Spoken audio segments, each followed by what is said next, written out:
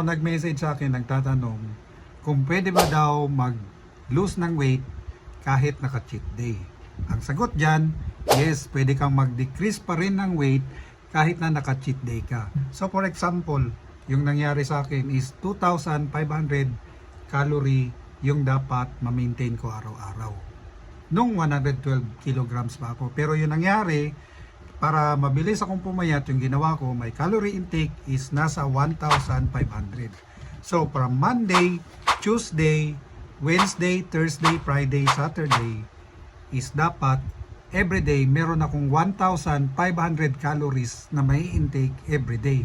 And pagdating ng Sunday, kumain ako ng madami that cost 2,000 calories. So ang tanong is, mag-lose weight pa rin ba ako? Siyempre, ang sagot is yes. Kasi my maintenance calorie is 2,500 and I take 1,500 calories per day from Monday to Saturday. So pagdating ng Sunday, I take 2,000 calories.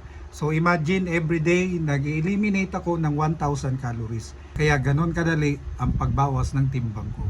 So yes, even on cheat day, pwede ka pa rin mag-lose ng weight. So for more diet tips, just follow Yehey and Imarjo Yung. Thank you!